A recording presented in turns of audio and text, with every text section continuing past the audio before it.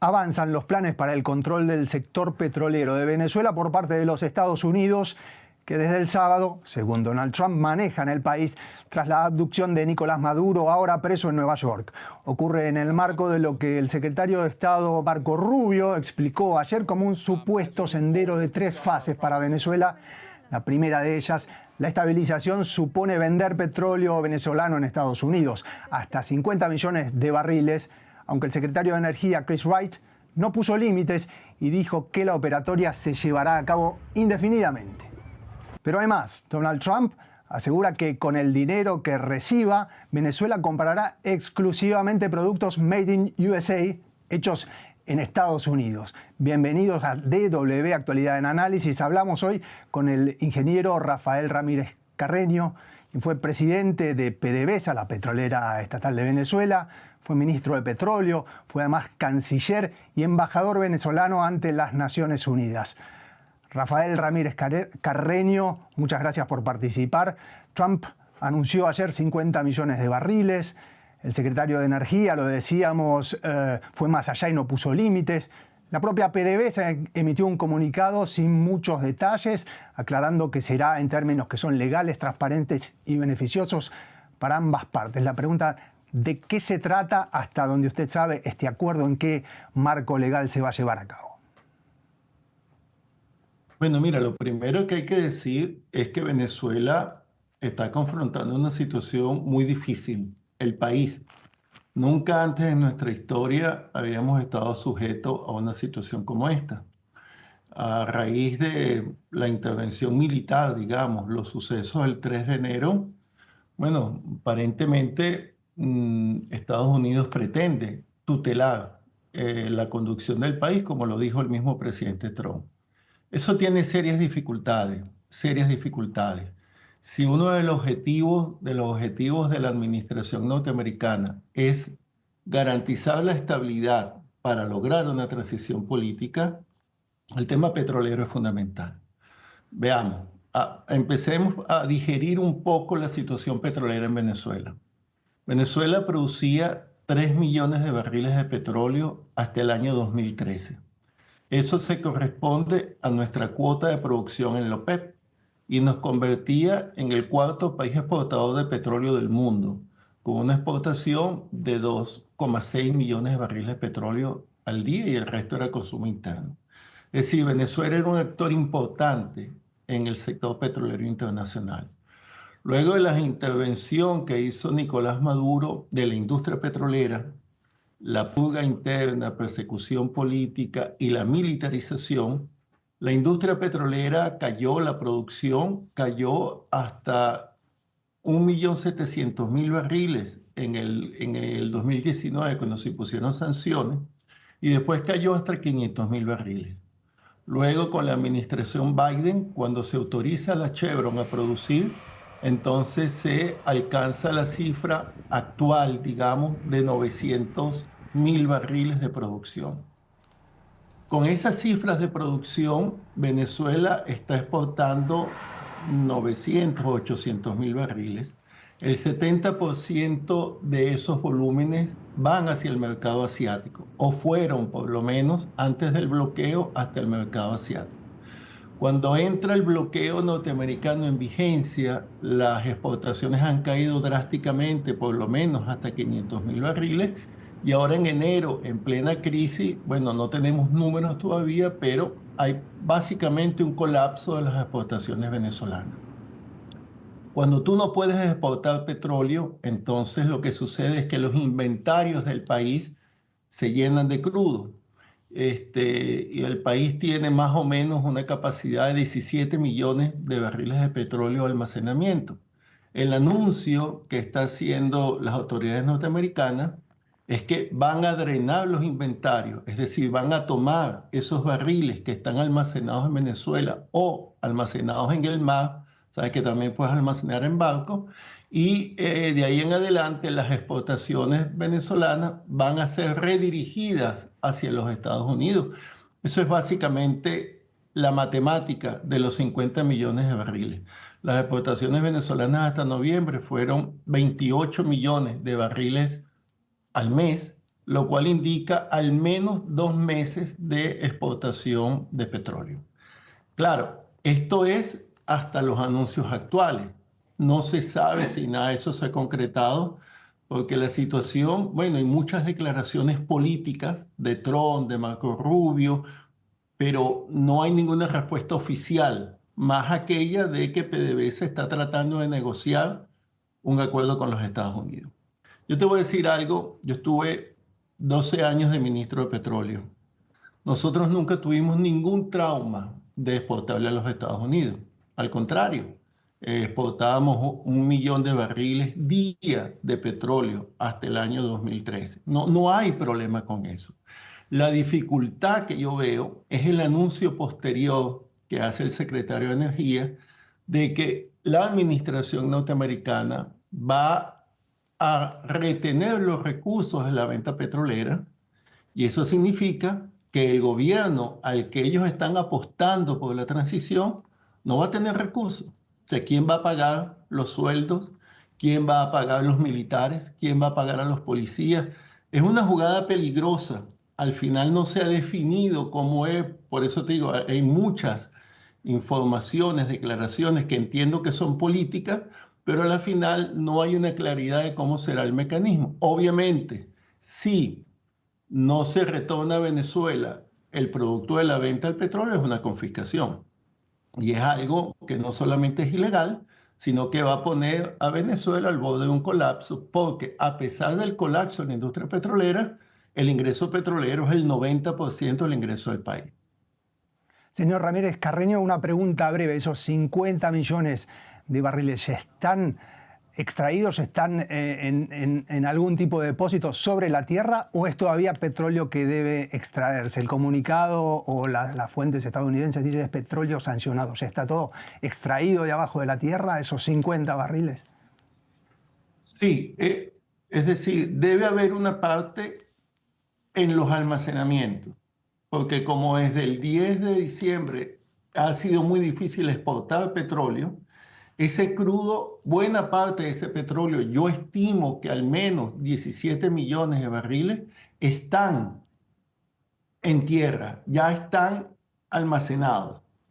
El resto, ellos están hablando de producción adicional para llegar hasta los 50 millones. ¿Por qué pusieron este tope de 50 millones, de 30? O sea, hay mucha indefinición. Pero básicamente lo que se está diciendo, como también anunciaron las autoridades norteamericanas, es que ellos van a administrar las sanciones para que fluya los volúmenes de petróleo, bueno, que sea de acuerdo al interés norteamericano. Es una situación, repito, muy, muy, muy difícil. Y retomo con la última parte de la respuesta a la pregunta anterior, donde usted mencionaba qué va a pasar, quién va a pagar los sueldos, cómo se va a mantener funcionando por lo menos el aparato del Estado. Las condiciones ideales dependen del interlocutor. Para algunos serían que no hubiera muerto Chávez, para otros serían que Maduro hubiera aceptado su derrota electoral. Pero las condiciones actuales son las que tenemos, son las reales. En estas condiciones, ¿puede traer alivio y darle aire al proceso que supuestamente está impulsando Washington, esta primera etapa de alguna manera, confiscar o direccionar el petróleo venezolano hacia Estados Unidos y una parte de eso al menos retornarlo hacia Venezuela de la manera que sea? Es absolutamente irregular. O sea, no se sabe, esto nunca ha sucedido. Creo que no ha sucedido en ningún país del mundo. Cuando sucedió en Irak, era un fondo de petróleo por alimentos, era un fondo administrado por las Naciones Unidas, pero esto nunca había sucedido. Y bueno, no te puedo decir, no pareciera ser viable, porque las autoridades norteamericanas han dicho que van a administrar esto para sostener la recuperación de la industria petrolera. Está bien, pero se trata de sostener el país para que haya un periodo de transición que transcurra en calma y que no haya pues un colapso del país, de unas revueltas populares. Es decir, es muy complicado. pero lo que sí te puedo decir es que todo eso es contrario a la ley venezolana y contrario al tema de la soberanía nacional. No sé qué va a decidir el nuevo gobierno, el venezolano, digo. Ya el gobierno norteamericano anunció sus intenciones. Bastará ver qué es lo que va a hacer el gobierno actual. Con el ingeniero Rafael Ramírez Carreño estamos hablando, fue presidente de la petrolera estatal PDVSA y vamos justamente a esa empresa que usted dirigió. ¿Qué papel cumple hoy PDVSA en Venezuela y quién más está operando en el país? Sí, PDVSA colapsó en sus capacidades operacionales a partir sobre todo de su militarización en el año 2017. No solo se persiguió y se encarceló a su cuerpo técnico especializado, sino que parte del éxodo del país salieron alrededor de 30.000 trabajadores de la industria. O sea, está muy mal la empresa. El gobierno anterior lo que ha hecho es una privatización de facto de la industria, otorgando las áreas de PDVSA a empresas privadas, ninguna de ellas con capacidad para gestionar este negocio. En el ámbito de las empresas internacionales, los actores más importantes son la CNPC de China, que está en la faja y produce 100.000 barriles diarios de petróleo, la empresa rusa, que quedó sustituyendo Rosneft, que también está en la faja, que produce otros 120.000, 130.000 barriles diarios de petróleo, y Chevron, que está en el occidente del país y en la faja, que podrían alcanzar una producción de unos 260.000, 270.000 barriles, aunque actualmente, y de acuerdo a Reuters, por las propias restricciones de la licencia, no produce más de 140.000 barriles. Esos son los actores internacionales importantes que quedan. Nosotros teníamos, cuando nosotros estábamos operando en el país, teníamos más de 33 empresas internacionales operando en Venezuela. Repsol, Eni, La Total, Equinor, bueno, todas. Pero realmente o han bajado al mínimo su actividad por la exposición al riesgo financiero o han dejado el país. En el 2018 dejaron La Total, Equinor, la Inpex de Japón, abandonaron Venezuela, ¿no? Entonces, ha estado un problema ligado a toda la incertidumbre política, a la falta de reglas claras y la intervención del gobierno, ¿no? Con intervención, cuando te digo, no regulatoria, intervención directa en la industria petrolera, militarizándola y bueno, con unos administradores que dejan mucho que desear y en este momento la producción propia, lo que se llama esfuerzo propio de PDVSA, está en su mínimo histórico, están cerca de 200.000 barriles día. El resto son los privados a los que le han entregado estos sectores y las empresas internacionales. Podríamos decir que las empresas internacionales en conjunto en este momento están produciendo el 50% del petróleo en Venezuela, el resto son empresas privadas nacionales, nuevamente sin mucha capacidad técnica, pero aliados del gobierno, y PDVSA con esfuerzo propio, que está produciendo unos 250.000 barriles día. La faja, que por supuesto un venezolano es un término que lo da por sobreentendido, supongo que se refiere a la faja del Orinoco, me corrige el señor Ramírez Carreño si me equivoco, una de las regiones en que se explota petróleo en Venezuela.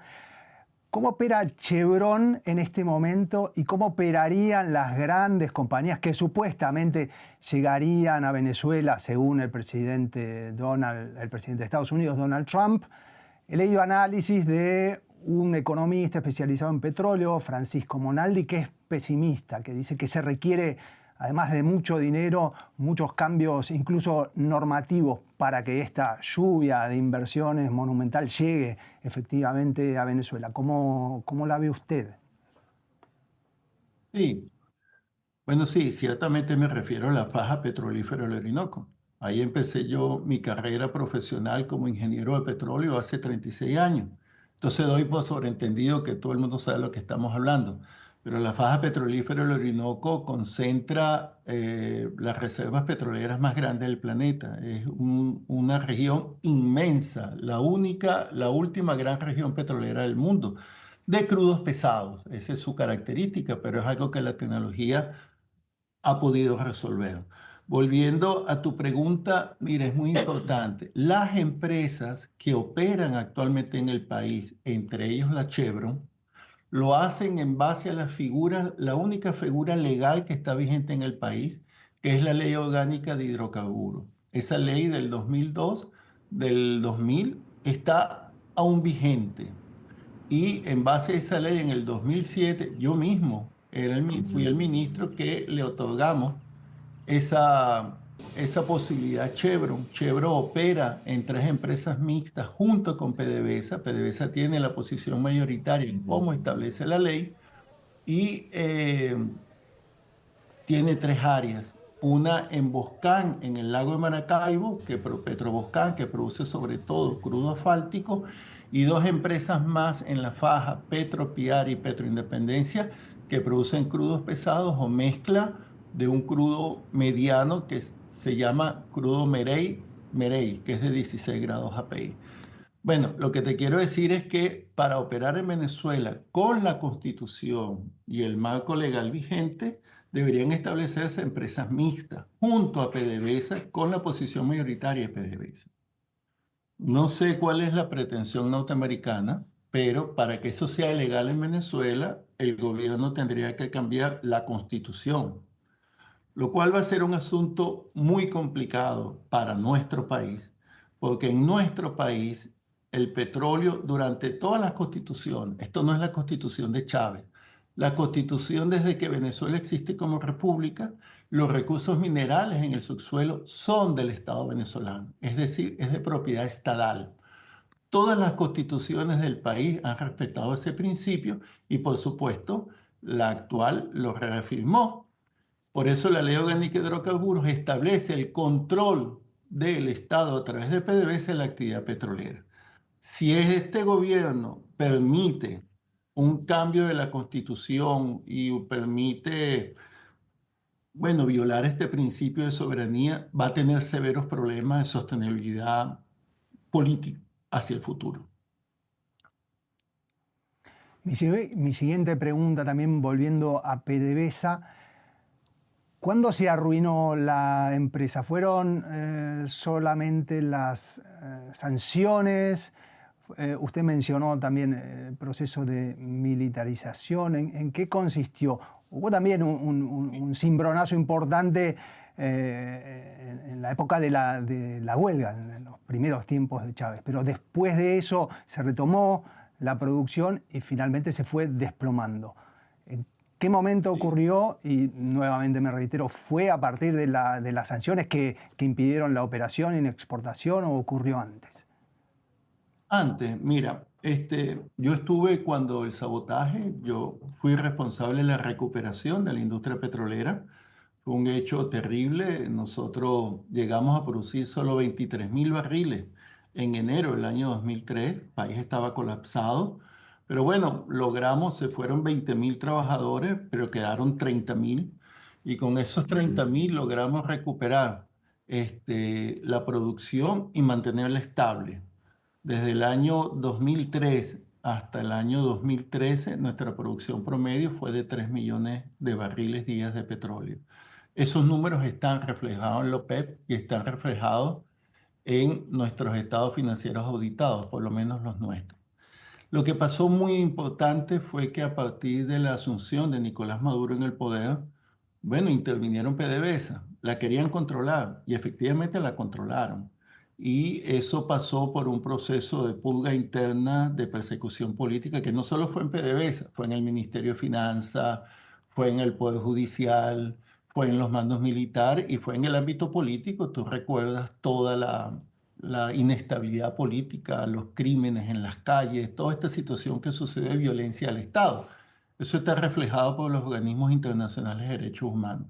Pero a partir de allí, PDVSA fue mermando sus capacidades también porque el gobierno retuvo el presupuesto de PDVSA para pagar deudas o hacer otras cosas. Los presupuestos que nosotros manejamos eran 40.000 millones de dólares, son presupuestos importantes, y aportábamos al Estado 100.000 millones de dólares anuales. O sea, era un muy buen negocio para el Estado venezolano. Pero bueno, eso el gobierno, el nuevo gobierno lo desestimó, intervino el presupuesto, dejaron de comprar los materiales y cuando se dictan las primeras sanciones en enero de 2019, justamente bajo la primera administración Trump, ya la producción de petróleo había caído casi a 1.700.000 barriles. Luego, al final de ese año 2019, la empresa colapsó, sobre todo por la militarización. Eso quiere decir que pusieron al frente de las operaciones militares, sin ningún tipo de conocimiento. Nada, Venezuela perdió su flota de transporte de petróleo, teníamos 80 buques que transportaban el crudo, perdió sus equipamientos, sus capacidades técnicas y la gente salió del país. Entonces, por eso te digo que PDVSA ha estado muy golpeada, fue una insensatez desde mi punto de vista y ha sido el origen fundamental de la grave crisis económica del país. El ingreso petrolero es el 90%, 96% era del ingreso venezolano, un país petrolero. Es como si tú le quitaras a Arabia Saudita, a los Emiratos o a Kuwait el petróleo. O sea, colapsa, definitivamente colapsa. Y eso fue lo que pasó. Sin embargo, yo no soy pesimista respecto a la recuperación de la industria petrolera. Primero, porque a diferencia de otros países petroleros, como el caso de México, que ha habido una declinación en sus yacimientos, nosotros sí es cierto que declinaron las áreas tradicionales del occidente del país, en el lago de Maracaibo famoso, que tiene más de 100 años de producción, de nuevo nuevas áreas petroleras en el oriente y en la faja petrolífera que nos permiten asegurar que con un plan racional de recuperación y con unos costos, por supuesto, racionales, se puede recuperar la producción de manera gradual, pero en el corto plazo. Yo no estoy hablando de 10 años y de cientos de miles de millones de dólares.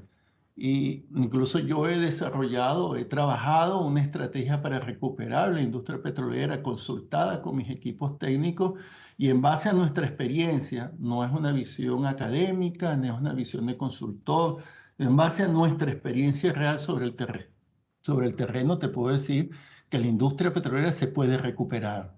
Vamos a necesitar, lo primero, son condiciones políticas adecuadas, respetar el marco legal vigente, pero desde el punto de vista técnico, puro técnico, no hay problema en recuperar la industria petrolera. El petróleo está allí. La infraestructura está deteriorada, habría que estimar cuál ha sido el daño, pero existen. Los pozos están perforados, han sufrido daños, han sufrido problemas, necesita reactivarlos, pero existen. Es decir, no es un territorio que habría que empezar desde cero la actividad petrolera. No, tenemos grandes terminales, grandes patios de tanques, grandes oleoductos, tenemos grandes áreas, sobre todo si se hace una estrategia por áreas petroleras. Tenemos la más importante, es la faja petrolífera Orinoco, la reserva más grande de petróleo. Tenemos 12.000 pozos perforados allá. Ahorita están operativos solamente 3.200, de acuerdo a los propios números de PDVSA, y el resto se puede recuperar con adquisición de equipos, con actividades de subsuelo, pero son cosas que no son extraordinarias, son cosas que se pueden hacer. Y recuerda que cada barril que fluya, cada barril que salga, permite tener flujo de caja para seguir en un programa de recuperación de la industria. La industria se puede recuperar, no tengo duda de eso. Entre tanto, y no importa cuáles sean las opiniones técnicas o la orientación o proveniencia política, lo que reina hoy, y sobre todo en cuanto al sector petrolero en Venezuela, es la gran incertidumbre. Y así llegamos al final de DW Actualidad en Análisis del día de hoy. Agradecemos muchísimo al ingeniero Rafael Ramírez Carreño, expresidente de PDVSA. Yo soy Andrés Goldschmidt. Pueden seguirnos como siempre en todas nuestras redes y también escuchar nuestro programa como podcast en cualquier plataforma en la que ustedes escuchen sus programas favoritos. Muchísimas gracias, señor Ramírez. Hasta la próxima. Gracias, Andrés. Gracias.